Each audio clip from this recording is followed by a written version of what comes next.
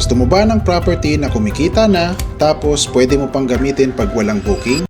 Ito ang condo na pwedeng ipa-Airbnb agad dahil ready for occupancy na. Maraming condo buyers ang natatagalan kumita kasi pre-selling pa lang. Bayad muna bago ROI. Kung pangarap mo magkaroon ng Airbnb business at gusto mo ng passive income, introducing Terraces Tradiso in Imus, Cavite. Located ito along Aguinaldo Highway lang. Pwede mo ito gawing Airbnb business at pwede mo ring i-enjoy bilang staycation unit. May 28 square meter na 1-bedroom unit at complete turnover na. With 330,000 discount, 10,000 reservation fee at one-time down payment na 16,000 pesos lang. And approximately, nasa 19,813 pesos lang ang monthly sa Pag-ibig Financing. At kung gusto mo ng mas mababang monthly, meron din kaming 20 square meter studio unit with 200,000 discount, 10,000 reservation fee at one-time down payment na 9,000 pesos lang. At approximately, nasa 14,844 lang ang monthly amortization.